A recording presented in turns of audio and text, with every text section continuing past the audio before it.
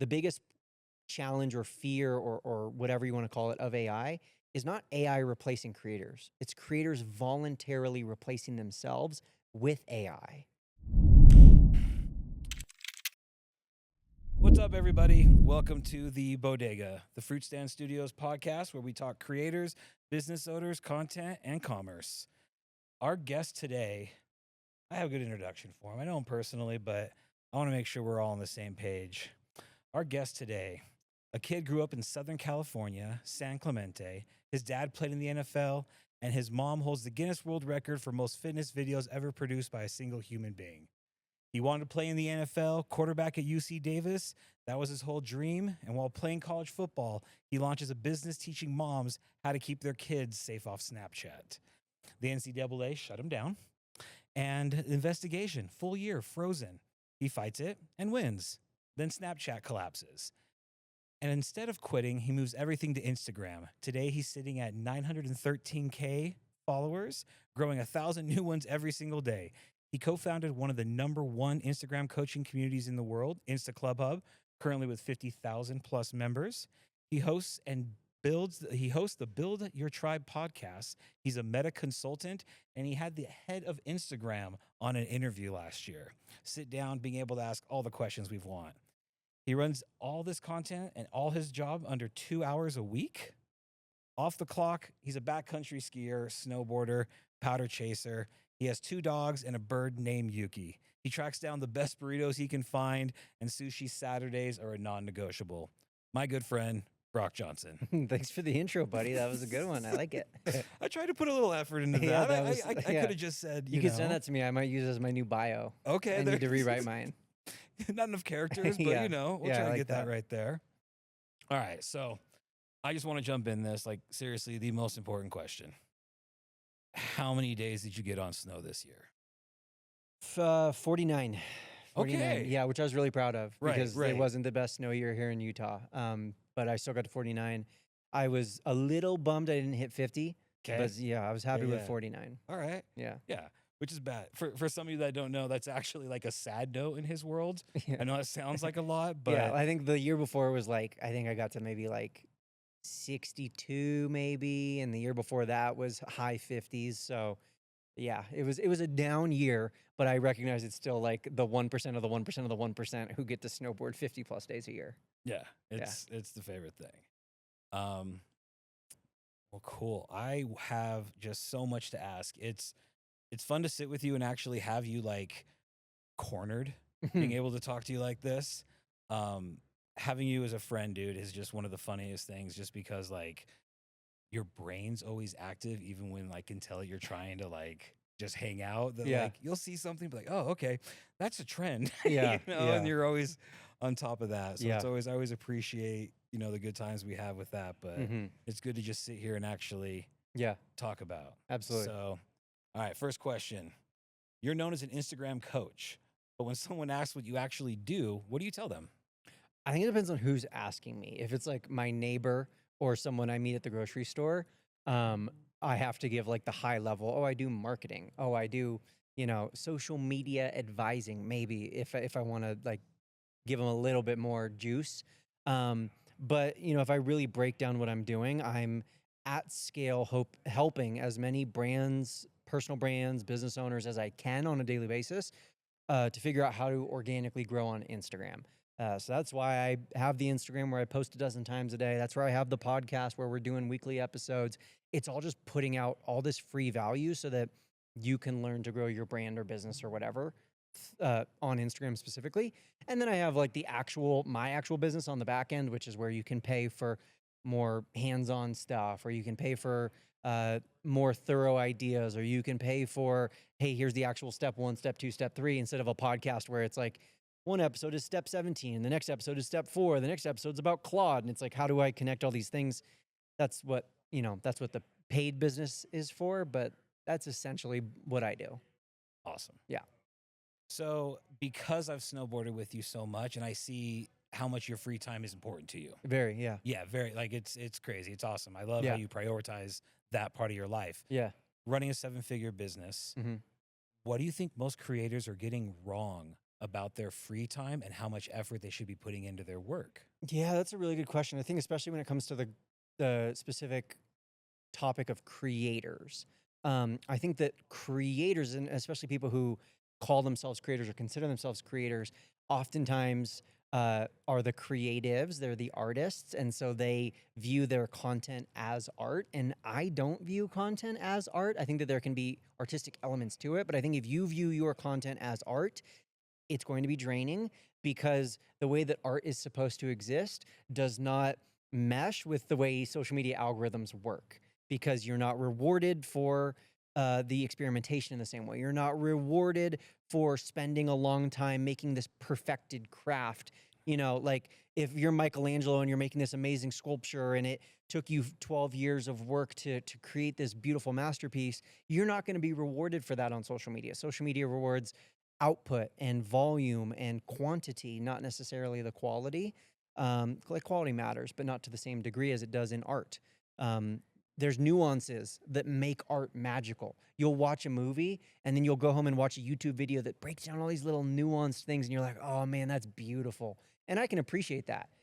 But no one's breaking down the nuances of your reels on Instagram, right? And so I think that bringing back to your question of like free time, I think that a lot of creators spend so much time over analyzing every detail, every edit, every perfect little change, and overthinking these things, and that sucks up their free time. When instead you just press post. I'll give you an example from today that we're recording this. There's this big Instagram news today, and I've built a lot of contacts at Meta, and so they let me know like last week, hey, we're dropping this news on Monday. You can't post about it till Monday, but it's going to be big. And I was like, okay, sweet. So I made this whole post. I had it planned. I was like mid-workout today, and I was like, oh, I know the news is dropping at 10 a.m. And so I was like refreshing, checking everything. And I had a major typo in one of the key words of the news. The news was about your Instagram profile, and I said your Instagram pro dial. I misspelled the word profile. That's a big mistake. And someone messaged me and they're like, did you do this for engagement? And I was like, no, I'm just genuinely so focused on the next post, Right. so focused on, hey, I'm just going to put it out there. Even as someone with 900,000 followers and who's like respected in the industry, I don't care if I make a typo because I would rather go for a 1 hour walk with my dogs like I did this afternoon than spell check every single word of every post I make. Crazy. Yeah. I mean, my best example I have of that is when I do have 3 or 4 reels that you put the time in, make a whole series, pun it all out, and then you have a selfie video. Yeah. And that's the one and that's that the ends one. up, yeah. It's always right. one. Like you could ask any single person who's watching or listening, like, you know, hey, have you ever made a post that you thought was going to hit and go viral? How did it do? Oh, it flopped. Have you ever made a post that you didn't think much of? You just kind of whipped it up and you posted it and it went viral? Yeah, absolutely. And that happens to me all the time too. So like just press post. Right. Now, the best is when you can plan it, keep it like a UGC feel, and it goes viral. Oh Yeah. my goodness, that's Because then also it feeds the ego because it's just oh like, my gosh, you're like, I know I knew that one everything. was going to do well. Know Like I everything. planned that. I knew it was going to do well. It wasn't just luck. Let's see. All right, little switch up here on the question. When you are a business, at what point do you think it is for them to switch it up from do-it-yourself content to actually hiring, outsourcing it, getting an agency, Yeah. growing that way? That's a really good question because I am a big proponent of outsourcing and hiring help. But I also think that specifically when it comes to your content, you need to be doing it at least for the first few months so that you can understand the things that you need to understand. So that you can understand when an agency is going to BS you and charge you for a bunch of stuff that you're like, that's not going to take very much time. That doesn't take a lot of effort versus that you're going to outsource the things that you're like, yeah, this is an actual bottleneck or this is something I actually struggle with. With all that being said, when you do outsource to an agency, I still think it's really wise for any business to have a face of the brand, to have a face of the business. I think that there are exceptions. I think that there are creative ways that you don't have to have a singular face or to have even a human face, like to talk about like Duolingo, the language learning app, where they don't have a human face, but they've created characters and mascots to be the face behind their brand. But doing something like that or just having some sort of personality that people can connect with, I think is going to be huge, especially as we move into an AI-dominated world where there's AI clones and I can create an AI clone and I see 50 ads a day for create an AI clone to promote your business. Like, is that really going to work? Are people Right. really going to be connecting on a deep level? Like, yes, it looks like a human and it's going to trick a lot of people into thinking it's a human, Mm-hmm. but it doesn't have personality. It doesn't have taste. It doesn't have storytelling. It doesn't have these experiences. And so, long story short, do it yourself for a little bit so that you know what you suck at, Mm-hmm. and then keep yourself in it, even if you are hiring a brand to come on and do the creative editing and filming and all that. So to kind of follow up with your answer there, and if you look at Brock's Instagram, you'll see that it's the face. I mean, it's his name, obviously, yeah. but it's you talking to the camera. Mhm. Do you feel like even if you are an owner who's not really great on camera, kind of camera shy or whatever, that it's better to still have you on the camera Mhm. than to have a professional in your place right now? 1,000,000% you should be on camera, Yeah. not hire a professional to Mhm. to do it for you. People don't connect with professional, people connect with real, organic, authentic. And so if you are a business owner, number one, you need to learn the skill of getting on camera. You need to learn the skill of being charismatic and energetic and delivering on camera and actually like presenting what you have to say. That's essential in our modern business world that we're living in. Um, but if you are imperfect and you do suck on camera, people are actually going to connect with that a lot more than like the perfect, polished, put together presenter who you're hiring to read off a script. They're going to connect a lot more if it's like, hey, I run a $3.5 million a year business, but I really suck at reels, but I'm going to record videos anyways. Great. Love Yeah. that. No, I mean, and that's the same thing, or even try to have like, whether it's UGC content, we understand how that you want to have the real feel. Yeah. You know, there are times when I talk to CEOs or, owners of companies when they talk about their brand, Mm-hmm. and when they get passionate about talking about it, you're like, that's exactly what I want on Yeah. camera. Yeah. And then it's like, okay, cool, let's hit record. And they freeze up and it's like, let's try. Yeah. Let's still do it. Yeah. It's still good to put the content out there Yeah. just to have the brand awareness of who's behind it. 100%. Right now it's 2026. What is your favorite things that are working on Instagram right now? I've noticed there's kind of two things that I see as really dominating the market right now. One is a lot of really fun, I don't want to call them trends, Mhm. because I think that Instagram 2021 through 2024 was all about the trend. And 2021, because that's when Reels came to play, August of 2020 to be exact. But all about trends. And so Yeah. everything was like, do this trending dance, use this trending audio, lip sync this thing. And that was really popular for a while. But then people, just like they did on TikTok, because that's how TikTok was from 2019 through 2022 or 3, was all about the trend. People get over it and it's like, okay, I want something a little bit deeper. I want something with a little bit more substance to it. I want something that isn't just like another 7-second dance.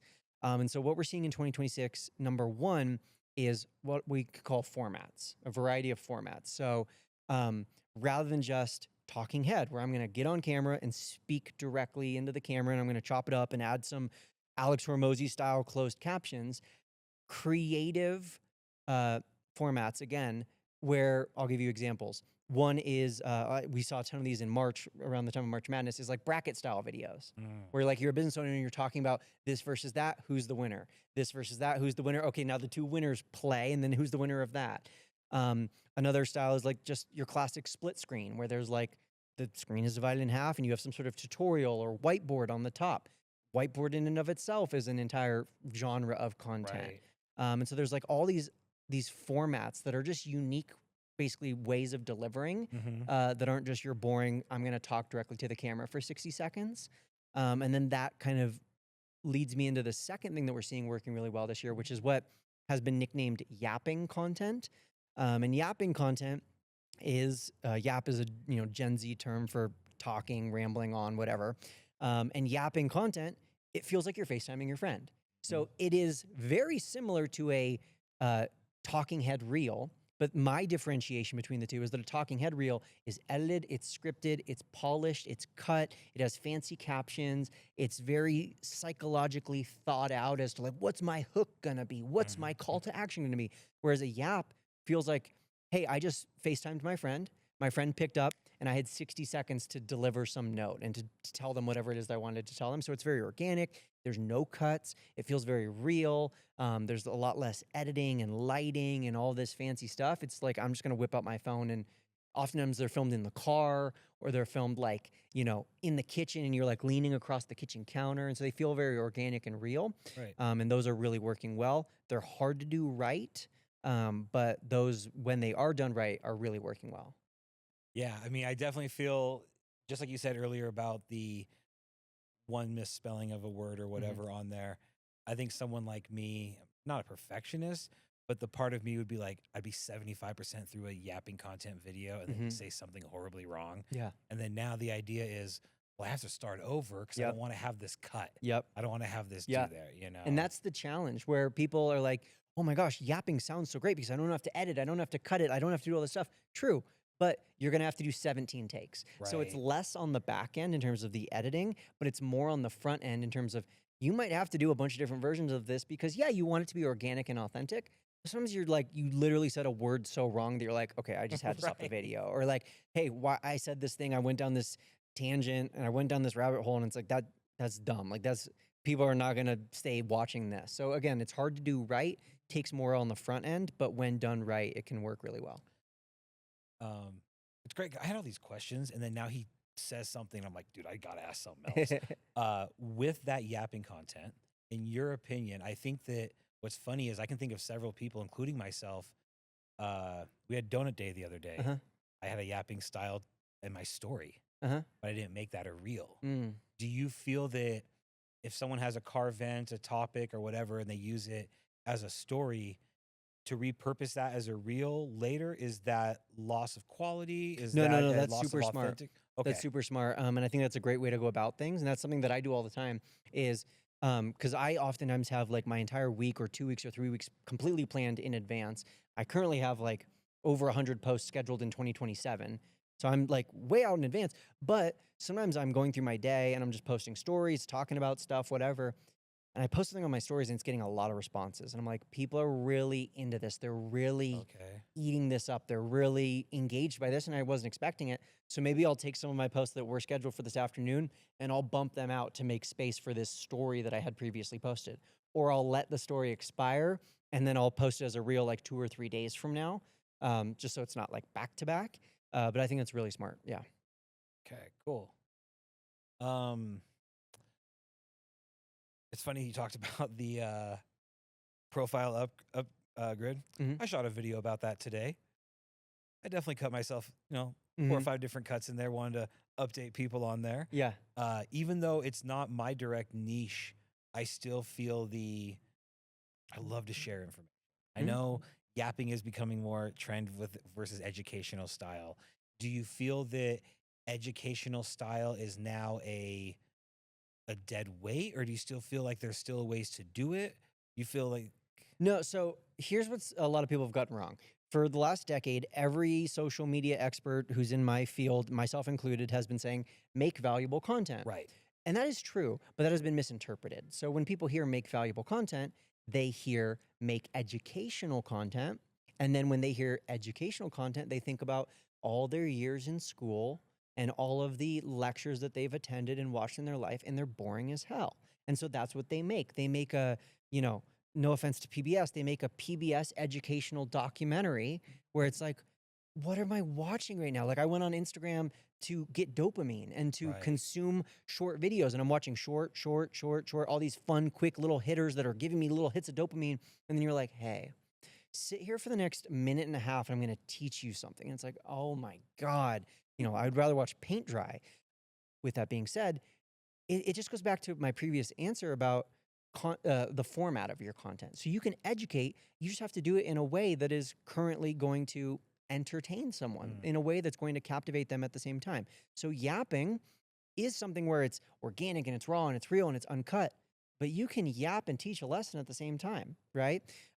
You can do like clone style videos, is one of my favorite formats, where you record 2 of yourself wearing 2 different t-shirts, and one of you is standing on the left side of the frame and one is standing on the right side of the frame, and you just edit them together. And so it looks like there's like a clone or a twin of right. yourself, and you're like having a conversation with yourself, and maybe one person is representing, one version of you is representing like the old you or the newbie or the person who needs advice. And then the other person is like the sage person who's teaching that person. So it's entertaining. It's like, hey, I'm not used to seeing two of this person on the screen at the same time. Like that's creative, that's unique, but I'm learning in the process. So you can educate, you just have to do it in formats and styles and ways that are going to be entertaining at the same time.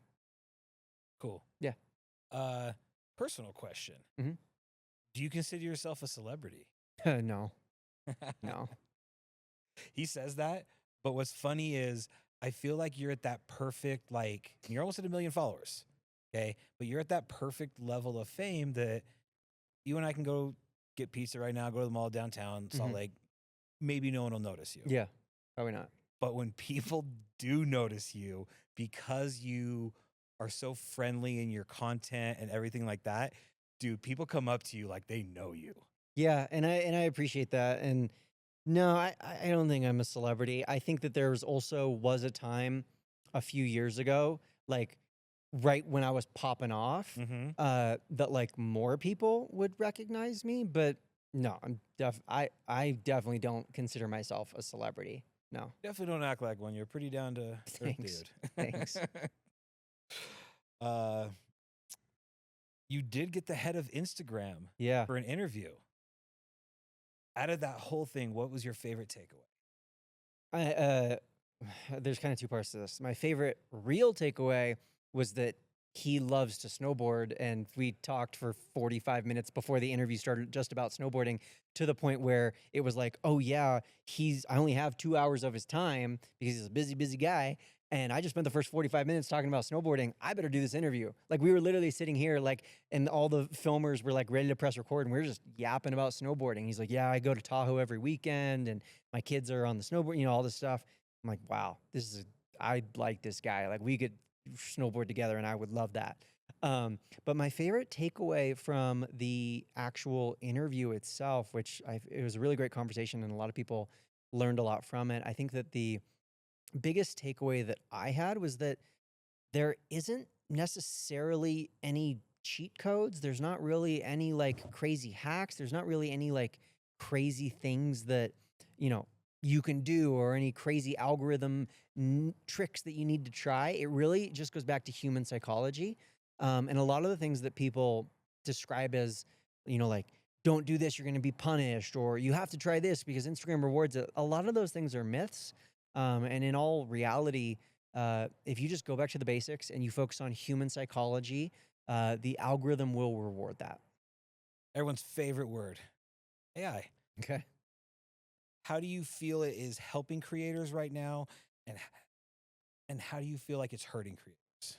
It is helping creators who are using it correctly, smartly, if that's a word. I'm not smart enough to know if smartly is a word. But uh, in ways that are taking out the grunt work, taking out the mundane, taking out the work that is like analyzing stats, taking out the work of basic editing. I think advanced editing and like nuanced editing has to be done by a human because that requires the creativity.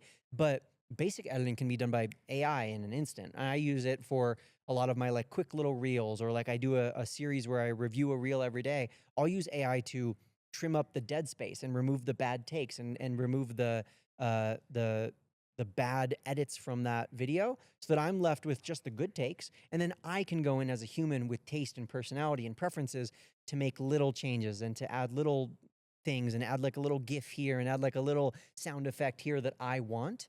Um, and so I think that the way that creators are using it in a helpful way is they're using it to take out those things that they don't need to be doing, things that don't require their taste and their personality and their originality and their preferences. They're things that they're just doing every single day over and over again, like writing a summary of my podcast that's going to go in the description of the YouTube video. That doesn't require a human. Like, let AI write that. And then I have more time as the human to do the creative thing of actually like recording the podcast or planning what's going to be in the episode.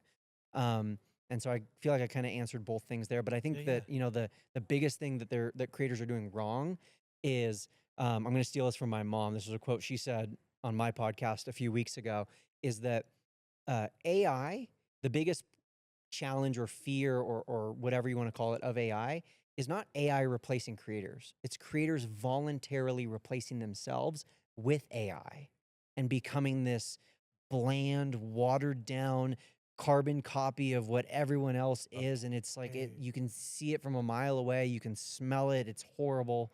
And I think that's the biggest mistake people are making with AI. That, high five on that quote. That's a great one Yeah. right there. You know. Yeah.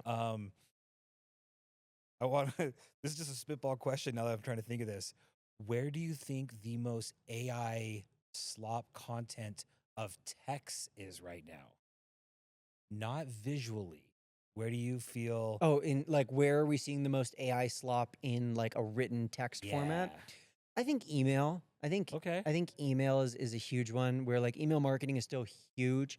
Like email is still one of the bread and butter, most powerful ways to make sales, and I think every business needs an email list that they have.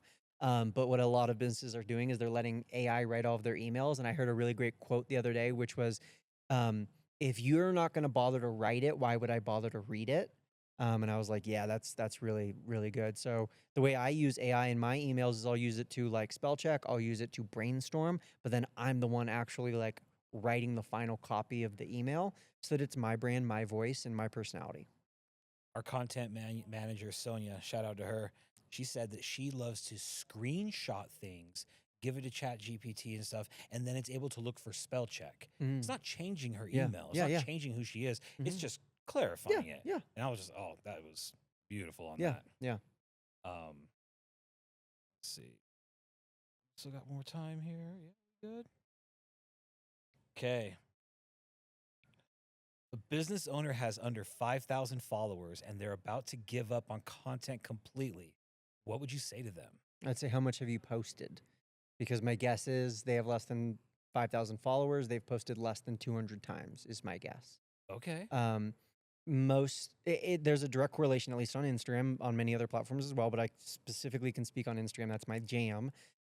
Between post rate and growth rate. The more you post, the more you grow. And so if you're at 5,000 followers, my guess is you haven't posted that often. My guess is that you have just kind of like dabbled here and there. You haven't ever had a strategy or a plan. You've never stayed consistent. You've had months where you've had bursts, and then you followed it up with a month of burnout. And then you had a month of vacation, and then you came back for a month, and then you had an agency for 3 months. Then you tried to do it yourself in-house for 2 months, and then you burnt out. And I think that lack of consistency and just that lack of volume period is why they haven't grown. And there are rare exceptions where someone will come to me and they'll be like, "Brock, I can't grow. I've posted so much." And they've posted 1,400 times and they have less than 5,000 followers. Then I'm asking, are you not improving anything from post to post? Like, are you just posting things from your camera roll? Are you just like not even thinking? And yes, there's a certain degree of just press post and don't overthink it, but we still got to learn from our posts a little bit. Like, we got to think about the psychology a little bit before we press post. But if you can just like improve 1% from one post to the other, within 100 posts, you're night and day so much farther ahead of where you were before, that it would be impossible to not grow. Okay, last big question here. When it comes to hiring a content agency, how does a brand know they've hired the right one? That's a really good question. I think a brand knows that they have hired the right content agency when, let's say, I'm a business owner and I've hired an agency and now I'm sitting down to film on camera. I might feel uncomfortable on camera because it's foreign, it's new to me, but I shouldn't feel icky. I shouldn't feel like, oh, I would never say that. Oh, those aren't my words, or oh, that's not my style. That's when you found the right agency. I mean, and I think like a lot of people would go straight to numbers, but I think that you can have an agency that's getting you great numbers, getting you great views, getting you great conversions, but if it's not authentic to who you are, if it's like, oh, every time I film, I feel gross, I'm not saying things that I would say, I'm being asked to do things that I wouldn't do. Not just like, oh, I'm uncomfortable because that's a new thing, but like literally, I would never do that. That's when you're with the wrong agency. Right. That's kind of what we were talking about earlier with like why it's good to have like the founder's face. And like I said, when I love to hear that part of it, because being an agency, I love to take their message and then take our creativity to it. Yeah. not telling them what we think, like Yeah. taking what they already have there. All right. Ready for some rapid fire Yeah, questions? for sure. Okay. First category is snowboarding. Okay. Favorite Utah resort? Brighton. Park or Powell? Powell. You wake up on a 2-foot powder day in Utah. What resort are we going to? Probably Brighton. Well, okay. Is it 2 feet at every resort? 2 feet at all resorts. Okay, well then I'm going to Park City because I'm across the street. Like if it's equal, Fair it's answer. across the street. Like it's equal. But if it's like 2 feet at Brighton, it's probably 9 inches at Park City. I'm probably going to Brighton. The correct answer was snowbird. Okay, and here's one of my favorite ones. Would you rather have 6 inches of fresh snow with no lift lines, or a foot of fresh and there's lift lines? 6 inches, no lift line. I think that's an easy question. I Yeah. hear other people argue with me on that Yeah, one. no. Dude, less snow, less people, always. 100%. Let me get my laps in by myself. I'll be home by 11 o'clock anyways. Yeah. Perfect. Yeah. Okay, next ones are Utah questions. Oh boy. Where's the best burrito you've had in Utah? I haven't had that many amazing burritos in Utah. It's one of my biggest complaints about Utah is lack of amazing breakfast burritos. My go-to in Park City is Park City Gardens. And they actually get their burritos from the base of Park City Mountain Resort. There's a cafe there. I forget what it's called, but Park City Gardens is my favorite. Yeah. Okay. Sushi Saturday is Yeah. your thing. Yeah. Oh, What's boy. your role? I like a roll that's got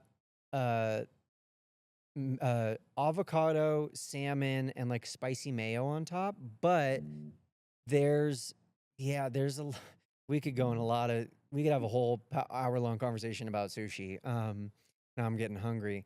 But yeah, I like real fish. I do not like Philadelphia rolls or like stuff where there's like everything's all fried and it's like very $7.99. very Americanized roll. Like, give me some good fish. The rice quality is ultimately what makes the sushi roll good or not. And then give me some sort of spice or some sort of sweet, and that's usually good. Awesome. What is the most underrated thing about living in Utah? I think the most underrated thing about living in Utah is the really diverse communities that you can plug into, which I think would surprise people because people are like, oh, you're moving to Utah. This was the conversation I had when I was moving here. Is like, oh, you're Mormon, or you're like, Right. oh, you live in Utah. Oh, you're Mormon. But it's like, there are so many diverse communities. Like there's this sweet place that we're at right now, which like, sure, there are places like this in LA, but this is all there is in LA, is just like this on every corner. Whereas here, this is what I'm at tonight. Whereas tomorrow I can go to like a mountain biking club and like do all these outdoorsy things with a bunch of people. Last night I was at like a Pokemon tournament and playing video games with people. And so like I can do all these super diverse things. And I think that that's really underrated. I think maybe the best thing about Utah is just how outdoorsy everyone is. Right. But I think that's not that's appropriately Right. rated. We all know Yeah. our license plate covers look like that. Literally, yeah. right? Okay. Instagram is gone. Yeah. Oh boy. TikTok or YouTube Shorts? Oh, I thought you were gonna say TikTok or YouTube. If it was TikTok or YouTube, then YouTube. If it's No, TikTok or specifically YouTube Shorts, then TikTok. Okay. Yeah. iPhone or Android? iPhone. Although I recently got my first Android as a gift from Google, and I like it. I like it. Yeah, but it's Don't text me from that they phone. have Don't text me they from have that done phone. such a good job of making it feel like an iPhone. So like all the like hand motions that you're used to doing on your iPhone, it's the same on Android. You're like, Okay. oh, I want to adjust my settings. You swipe down from the top right, and then it's like, oh, I want to change apps. You swipe up from the bottom. It's the same. They made it look just like an iPhone. But admittedly, I've been using mine much more as like just a dashboard to display stats rather than like to actually use it. Is it? Yeah. I'm an iPhone guy for sure. I saw your little bot counter thing that you built. I've been obsessed with building dashboards recently. Okay. It's been like Do you do that all on hyperfixation. Claude? Or Yeah, which- I've had okay. Claude build because I have like a very autistic life tracker that I use to track everything from like days snowboarded, breakfast burritos eaten, followers gained on Instagram. But it's mostly fun things and a little bit of business things. So I have turned that into a dashboard now that is visible on my. Very aesthetically beautiful. Yeah. Like I don't even know what he tracks. I saw him post what It's it pretty. was. It was So I have that. I have beautiful. that like life tracker dashboard that's fun, and then now I built a dashboard for just my number of followers on Instagram because I'm closing in on 1 million. So I'm tracking that. And then I have another dashboard currently because we have a live event in September later this year. So I have a dashboard of like all the different ticket sales. That's crazy. Yeah, it's fun. All right. Hire a creator or hire an agency? Hire an agency. Hire an agency. I think unless you already have like a big company and you're Mhm. going to hire a creator to be in-house, I think for most people an agency is probably a better route. But you know, there are companies who I've consulted with and worked with who they have 300 employees, and so it's like, sure, at that point, if you're a multi-$100 million company, then bring it all in-house and hire some creators who are going to like work for you. But I think an agency is the best model for most businesses. More followers or more revenue? More revenue. What's the point of followers? See, easy question there on Yeah. that right there. All right. Well, Brock, bro, thank you so much for Yeah, doing this, yeah. man. Like, it's awesome to have this chance to like talk and do that right there. Of And course. yeah, Yeah, thanks for having me. dude, thank you. And that's episode 1 of the Bodega. Follow along, Fruitstand Studios. See you next time.